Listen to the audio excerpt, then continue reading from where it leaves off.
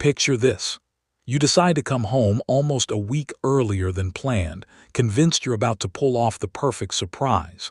Your heart is pounding, not from fear, but from excitement. You've already rehearsed the moment in your head a dozen times, the flowers in your hand, the look on your wife's face when she realizes you're standing there when she least expects it. You've just wrapped up the biggest professional win of your life, secured a bonus that could change your future, and for once you feel like all the sacrifices were worth it. Every late night, every flight, every lonely hotel room. You're imagining a quiet evening, laughter, maybe wine, maybe reconnecting in a way you haven't in months. What you don't know yet is that the moment you open that door, the version of your life you believed in is going to shatter so completely that nothing will ever look the same again. My name is Ethan Cole. I was 34 years old at the time, a senior sales director for a national medical distribution company. On paper, my life looked solid. Strong income, respected position, clear upward trajectory. But none of it came easy.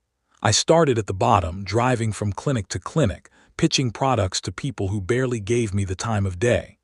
I learned how to listen, how to solve problems, how to earn trust instead of demanding it. Over 7 years, I clawed my way up, account by account, territory by territory. When I finally broke into executive-level deals, everything intensified. The money improved, but so did the pressure. Million-dollar contracts, high expectations, and non-stop travel that kept me away from home more days than I like to admit. I met my wife, Lauren Blake, 4 years earlier at a mutual friend's wedding. She was standing near the bar, laughing louder than anyone else, completely unself-conscious.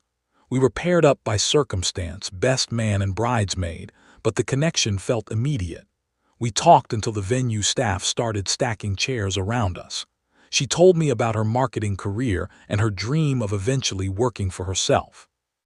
I told her about my ambition, my obsession with winning, my belief that effort could outwork luck. She had a sharp mind, quick humor, and an energy that pulled people in. 3 months of dating felt like a lifetime.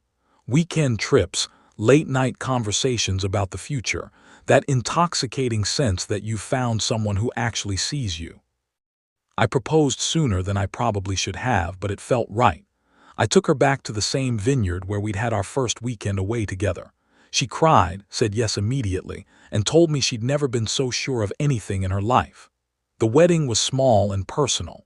Family, close friends, nothing flashy. She wore her grandmother's lace dress, and during our first dance she whispered that this was just the beginning for us. I believed her without reservation. The first year of marriage felt easy. Modest dates, quiet mornings, shared routines. We talked about buying a bigger house, starting a family, building something lasting. I finally felt like I was working toward more than just numbers on a spreadsheet. Then my career accelerated. A regional promotion came through, along with a significant pay raise and a brutal travel schedule. 15 to 20 days a month on the road became normal. Airports replaced mornings at home. Hotel bars replaced dinners together. I kept telling myself it was temporary, that this was the price of long-term security. Lauren seemed supportive at first. She'd help pack my bags, straighten my tie, tell me she was proud of how hard I worked. A couple of years in, she quit her job, saying she wanted time to figure out her next move and focus on building a real home while I handled the financial side. I agreed. We could afford it, and I trusted her. But something shifted once the routine settled. Her days filled up without me. Yoga classes, brunches, shopping trips, carefully curated social media posts about gratitude and living her best life. Our nightly calls became shorter, less warmth, more distraction. I noticed it, but I dismissed the feeling. I told myself this was what adulthood looked like, that providing stability mattered more than presence. That distance was a temporary inconvenience, not a warning sign. I convinced myself that love could survive on trust alone. The first real crack showed up quietly, a missed call here, a late answer there. One evening, while grabbing a charger from her car, I found a restaurant receipt tucked into the console, an expensive place. Dinner for two, dated on a night she'd told me she stayed home watching TV. I stood there longer than I should have, staring at that piece of paper, letting doubt creep in. Then I folded it, slipped it into my pocket, and told myself not to overreact. Trust, I believed, meant giving the benefit of the doubt. I didn't realize yet that trust without honesty is just self-deception. The next trip was supposed to be routine. 10 days away to secure a major contract renewal in Texas, the kind of deal that defined careers. The numbers were significant enough that my bonus alone would change our year. I told Lauren about it over takeout on the couch. She nodded without looking up from her phone. No excitement, no pride, just a flat acknowledgement like I'd mentioned running an errand. That reaction stuck with me longer than it should have. When I packed the night before leaving, the house felt quieter than usual, like something was already missing. I kissed her goodbye the next morning, told her I'd call that night. She murmured a response without meeting my eyes. I left with that folded receipt still buried in my wallet, heavier than paper should ever feel. Austin was all business. Meetings stacked back to back, facility tour, long conversations with procurement teams who were tired of excuses from unreliable suppliers. I was in my element, focused, sharp. I knew their weaknesses before they said them out loud: late deliveries, seasonal shortages, penalty fees quietly bleeding them dry. I had solutions that weren't cheap but were dependable, and I could see the shift in their body language as the value became obvious. Every night I called home. The calls were short. Lauren always seemed distracted, the television audible in the background, her answers clipped. When I said I loved her, there was often a pause before she said it back. I told myself she was bored, lonely, adjusting. I didn't want to connect the dots forming in my head. Midweek, the missed calls started again. One night her phone went straight to voicemail twice. When she finally answered close to midnight, her voice sounded rushed, slightly breathless. She said she'd been out with friends, phone on silent. I asked which friends. She gave a vague answer, irritation creeping into her tone, as if my question itself was unreasonable. I apologized for pushing. That's the part that still bothers me. I apologized for noticing something that didn't make sense. That was the moment I chose comfort over clarity. Thursday morning, everything changed. The client signed early, 4 days instead of 10. My boss called to congratulate me and told me to get home. The bonus was locked. The deal was done. I stared at my phone after the call ended, adrenaline rushing through me, and a single thought cut through everything else. Don't tell her, make it a surprise, show up early. Remind her why this marriage mattered. I convinced myself this was a chance to fix what felt broken. I booked the next flight without hesitation. The trip home felt surreal. I stopped at a florist on the way from the airport and bought her favorite flowers, white roses. The woman behind the counter smiled when I told her they were for my wife. She said Lauren was lucky. I believed her. I wanted to believe her. As the car pulled into our neighborhood, everything looked exactly the same. Quiet street, familiar trees, the comfort of routine. Then I saw the car in the driveway, not parked off to the side but centered, confident. A car I had never seen before.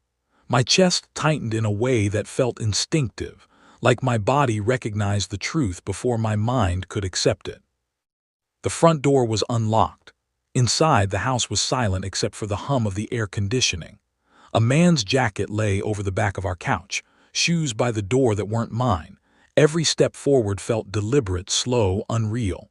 I followed the trail without thinking, upstairs, toward the bedroom. Sounds reached me before the sight did. Voices I recognized and one I didn't. In that moment, something inside me went cold. Not rage, not panic, just clarity. I pulled out my phone and documented what I needed to document. Proof matters when people rewrite history. When I stepped into the room, shock exploded, confusion, fear. My wife scrambling for explanations that no longer mattered. I didn't argue. I didn't ask questions. I removed the other man from my house and made sure he understood that he would never return. The entire time, my hands were steady. My voice was calm.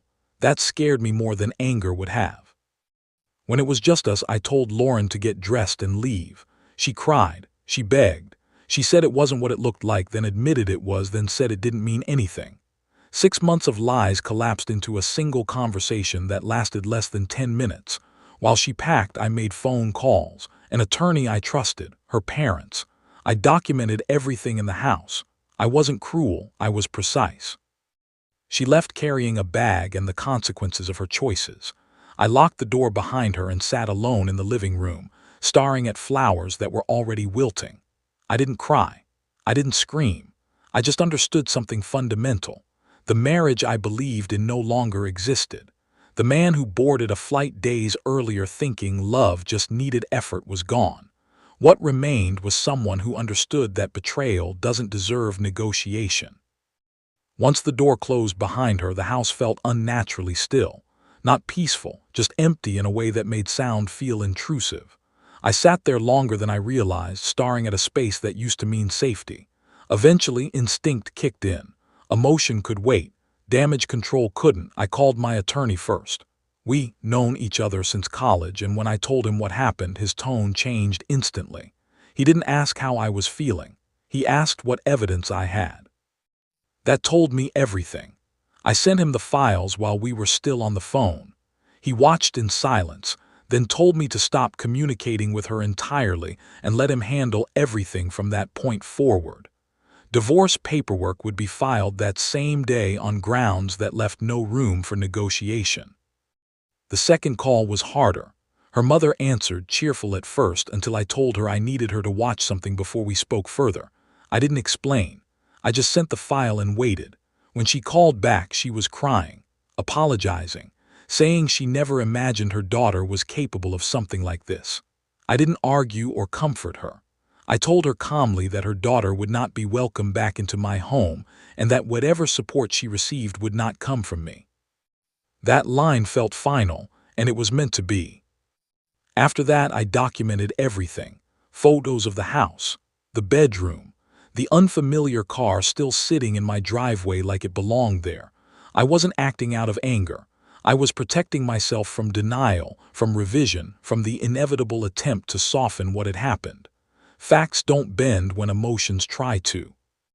When Lauren returned briefly to collect a few things, I kept my distance. I didn't raise my voice. I didn't debate. I told her how much time she had and nothing more. She tried to explain, claimed loneliness, confusion, poor decisions, words that sound hollow once trust is gone. I told her the house was mine, purchased before marriage, titled solely in my name.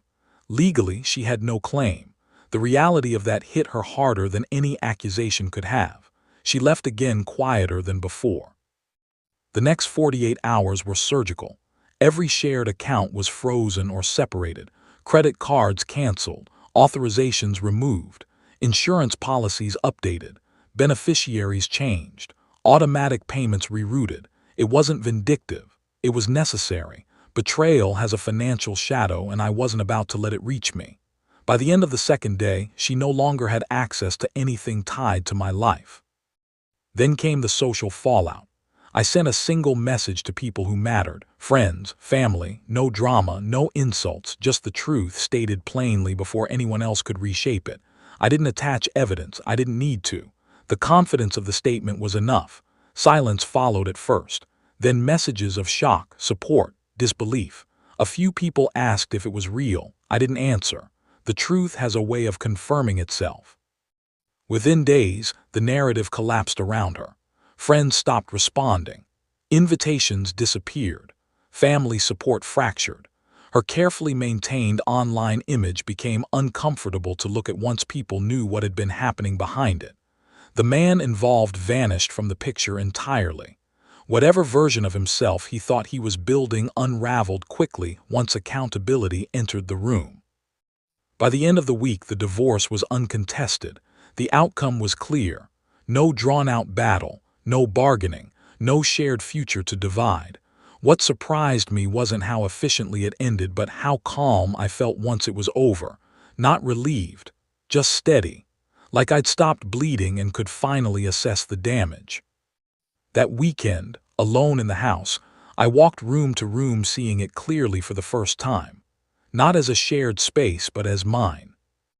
The memories didn't hurt the way I expected. They felt distant, like they belonged to someone else.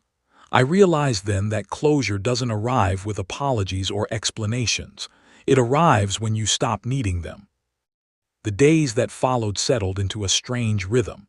Not normal, but functional. I woke early without an alarm, mind already running through lists. Things to change, things to remove, things to secure. I replaced the locks, upgraded the security system, and cleared out every drawer, closet, and shelf that still carried her imprint. Clothes went into boxes. Photos came down. Small objects that once felt sentimental now felt intrusive.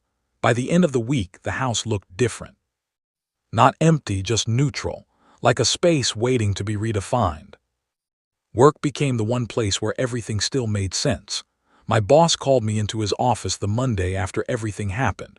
He didn't ask for details. He didn't pry. He told me my job was secure, that the company valued me, and that I could take time off if I needed it. I surprised both of us by saying I didn't want time. Structure helped. Purpose helped. The Austin deal had opened new doors, and I leaned into that momentum. Closing contracts felt clean, honest. Results were measurable. Unlike marriage, effort here actually correlated with outcomes. The bonus hit my account 2 weeks later. A number that once would have felt celebratory landed quietly instead. I didn't associate it with loss or revenge. I saw it for what it was. Compensation for work I'd done well. Nothing more. I used part of it to start therapy. Not because I felt broken, but because I didn't want to carry damage forward without understanding it. The first session was harder than I expected. Talking about betrayal forces you to confront not just what was done to you, but what you ignored to keep the peace. Through those sessions, patterns became clear. I hadn't caused her choices, but I had avoided conflict for years. I'd mistaken silence for stability, productivity for presence. The warning signs were obvious in hindsight: late nights that didn't add up, sudden lifestyle changes, emotional distance framed as independence. I hadn't been blind. I'd been hopeful. There's a difference, and learning it mattered. One night weeks later, I sat alone and deleted every remaining trace of her from my phone. Photos, messages, emails, years of shared history erased in an hour. When I finished, I felt lighter than I had in months. Not angry, not sad, free. The past only has power if you keep carrying it. Friends slowly pulled me back into the world. Drinks turned into conversations. Conversations turned into laughter again. Someone once told me I handled everything quickly, decisively, that it looked strong. What they didn't see were the quiet moments, the porch at night, the memories of a future that would never happen. Strength isn't the absence of grief. It's moving forward anyway. Months passed. The house transformed. New furniture, new routines. One room became an office. Another became a gym. The bedroom, where everything fell apart, no longer existed in its old form.